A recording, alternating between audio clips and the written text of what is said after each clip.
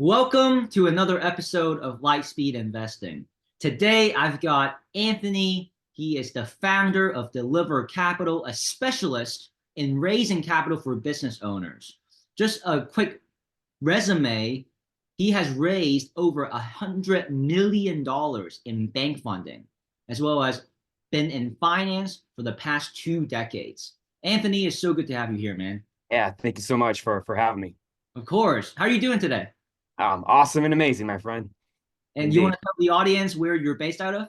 Oh, I'm in Miami, Florida. That's right. Good old That's where the Miami over party here. scenes are, right? Huh? Where the party scenes are at. The party scene in the new Silicon Valley, to be honest. Oh, It's yeah? very different from just having the parties and the scenes and things of that nature. So it's a well-rounded city now. It's not just for parties. Nice, nice. Good to hear. So, obviously, you're someone who has been around finance, specifically business funding and business credit, right? So, really, when I first met you, I was compelled by your story because, I love having entrepreneurs here, even though they are, able to say they're a success now, right? They had to overcome a lot of challenges and obstacles to get there. So, my goal with Lightspeed Investing Podcast is to bring on people like you who can give some inspiration and wisdom points to those looking to start their own entrepreneur journey. Yeah, indeed. I think it's so important, especially in today's day and age where the school system really, in my opinion, fails us to teach us those skill sets on how to uh, really make good money for ourselves, not just become an employee and go up that food ladder of, the corporate ladder, so to speak. And taking that leap of faith with entrepreneurship, it's so interesting that there's so many different verticals that what you need to do to become successful, and it's not easy. But again, there's a formula for what works in becoming successful in the business side for sure. And money Absolutely. is definitely a caveat of your success of getting there, right? Getting there Yeah. faster. So did you take the traditional route? I know you started when you were in your early 20s, but did you end up going to college? Like, how did that journey start for you? It was actually very interesting. Now, I actually dropped out when I was around 20 years old to start my own mortgage company. And funny enough, it was because of a pain point of a friend of mine that was the broker that I was working for in the mortgage industry, and he screwed me on a commission check. And he's supposed Mm. to give me 70% of my check. He only gave me 30. And I go, you know what? Just go screw yourself. I'm going to do this better. I'm going to do this better myself. Oh, wow. And I bought actually my first house when I was 20, took out a second mortgage on that house and decided to take a leap of faith and to open up my mortgage company because of the pain point that I went through Mm. for that experience. And I actually remember sitting down at dinner one time with my mom, being Persian, we're very ingrained to go into school, become either a doctor, a lawyer, or a dentist, right? It's the whole thing about being Persian. Right. And I was at dinner one time and I said, "Hey, mom, sorry, I'm going to drop out of college and start my mortgage company." And she goes, "Anthony, don't do this. You're going to become a loser. Yeah. Think I'm going to go work at McDonald's or something." I'm like, you know what? I could always go back to school.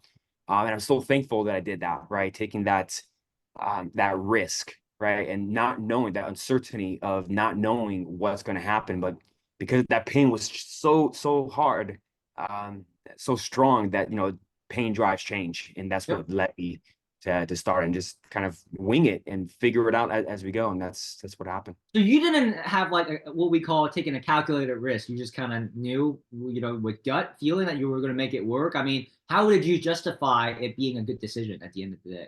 Well, I mean, I think when you're in an industry, right, and before that, I was working for over a year in the mortgage industry, and I was really good, right? I was really good on the phones. I've been in telemarketing since I was 14 years old and knew how to talk with people.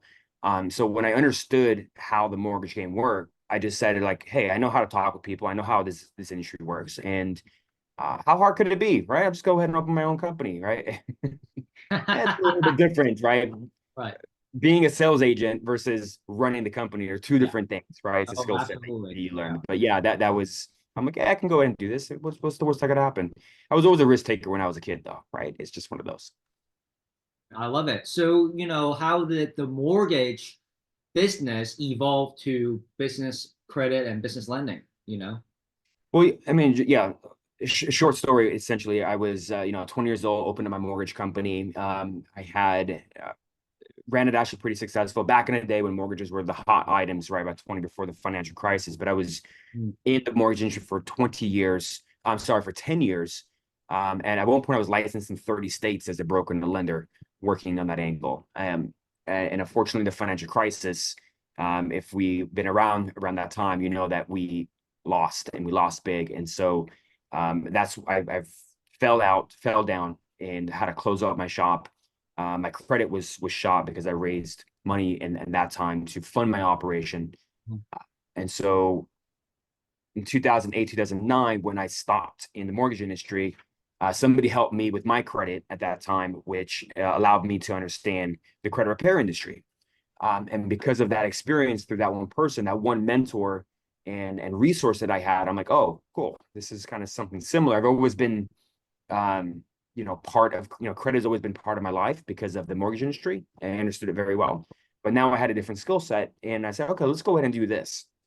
So I did this for a number of years from the mortgage industry, rebounding and rehabilitating myself and getting into that industry right now. And I did that for many, many years.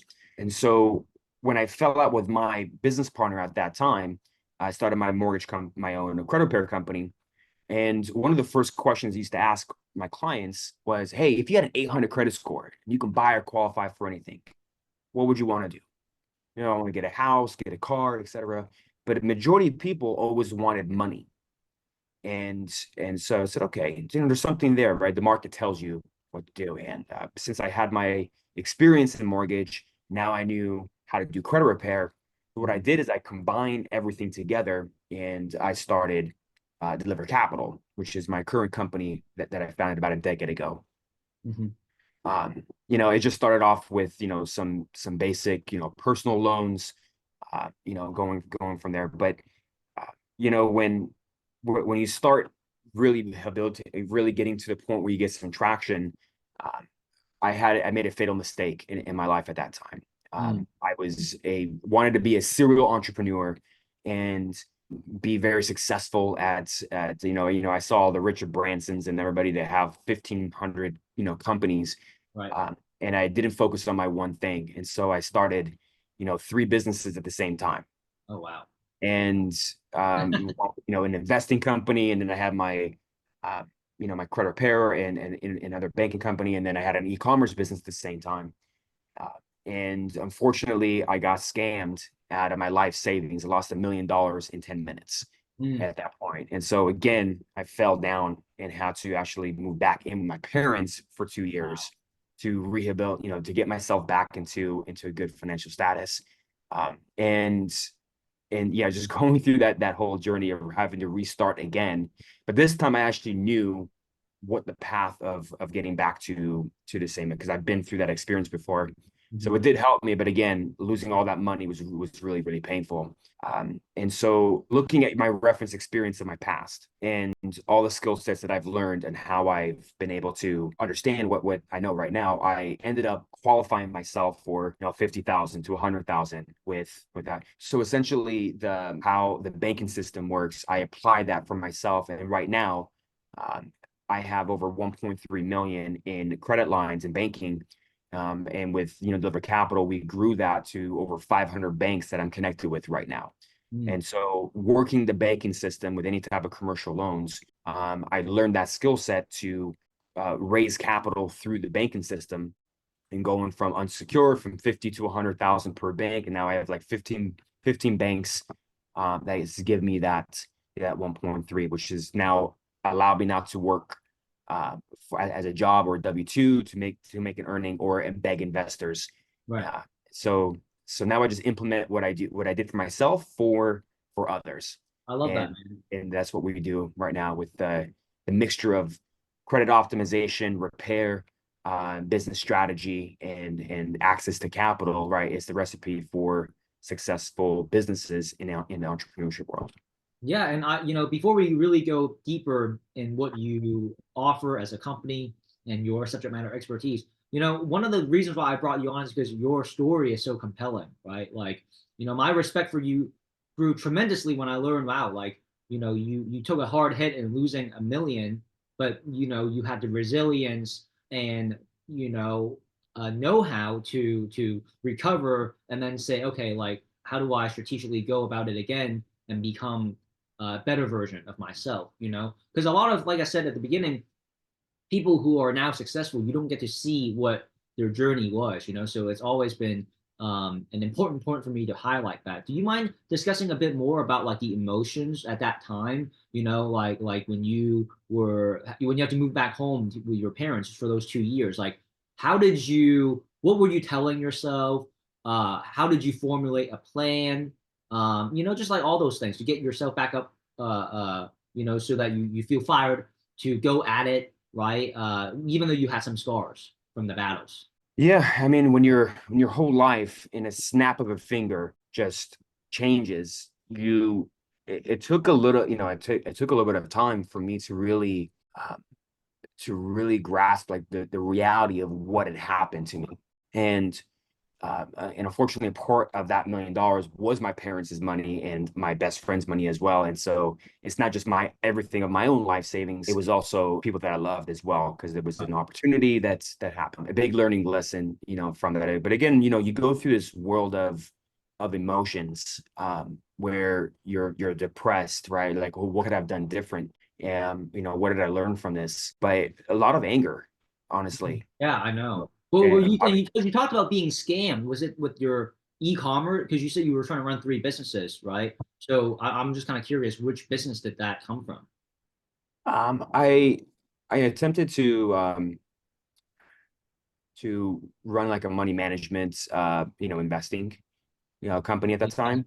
Oh, the investing company. Got it. Yeah, and so I trusted this group that it was also international, and they had high hopes, and of course, uh, people can sell you a lot of dreams about what they can do, and of course, Right.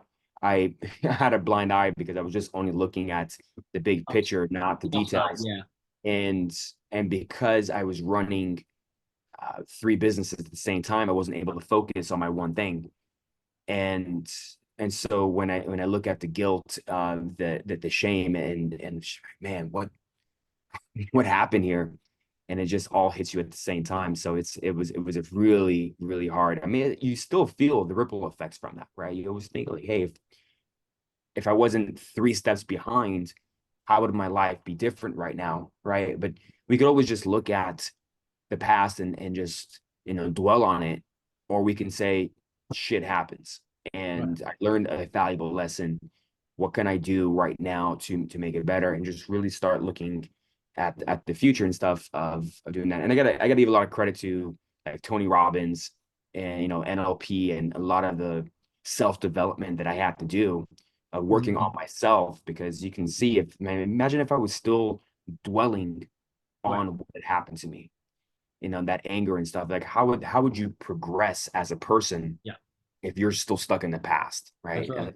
Let's be present. What can we do right now? What can I control? Right. And it's just things that I've learned, Yeah. throughout my journey. No, and that's important. That's, a huge commonality I found within successful entrepreneurs, which is, by taking time to invest in your own personal development, right, you will always have a higher financial ceiling because the more you grow, right, the more your finances will grow as a byproduct of your Yeah, own development.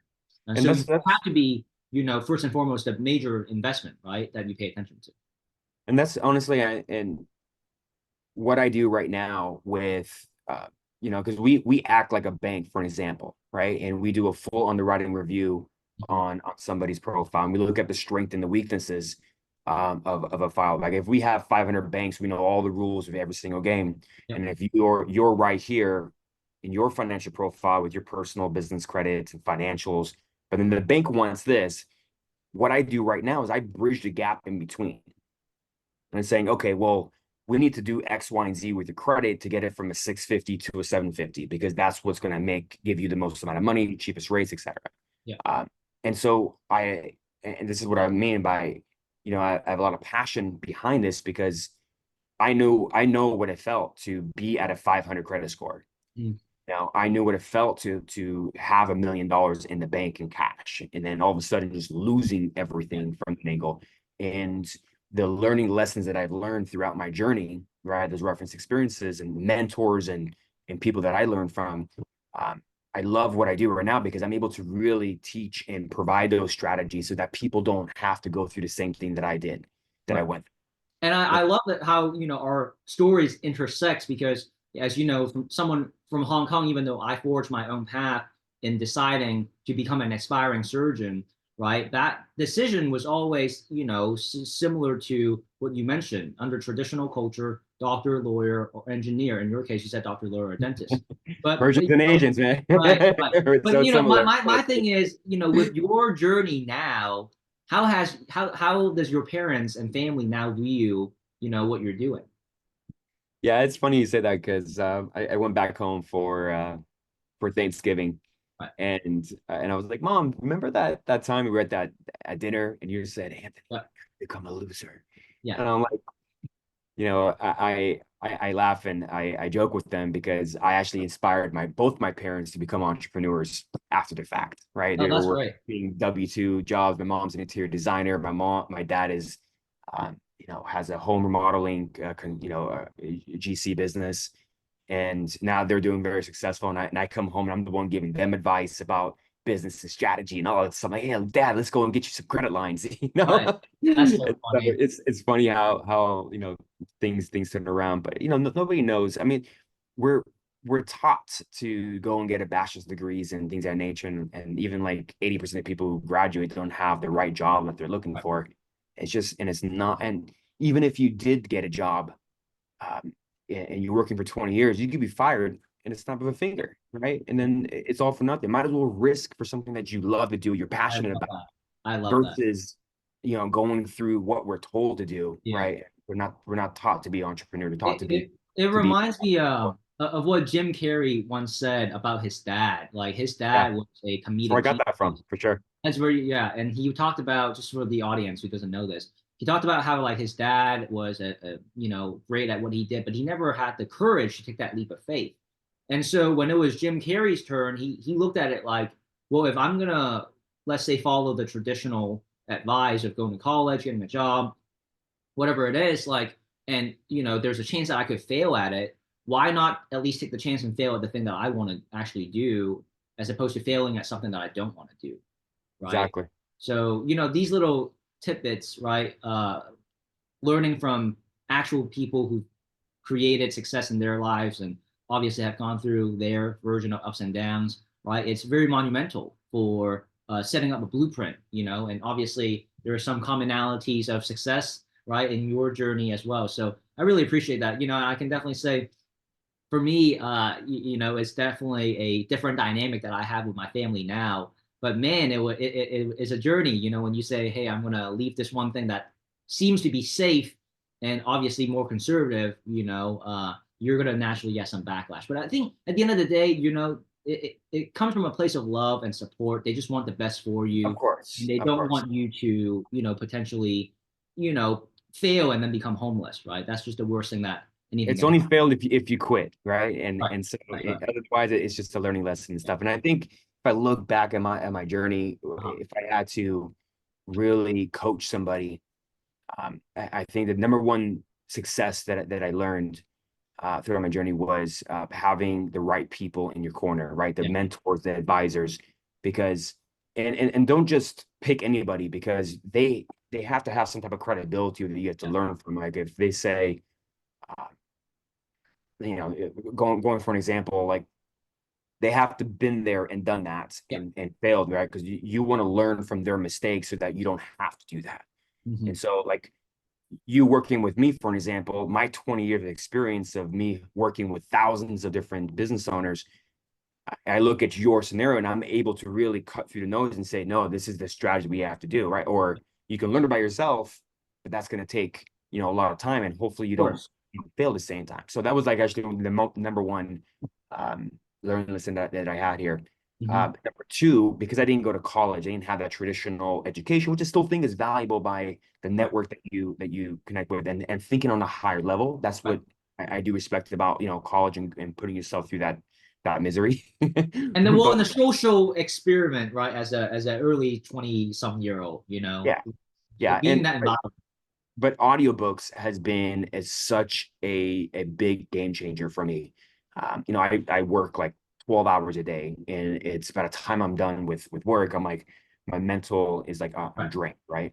But I learned from Tony something called net time, which is no Uh-huh. extra time.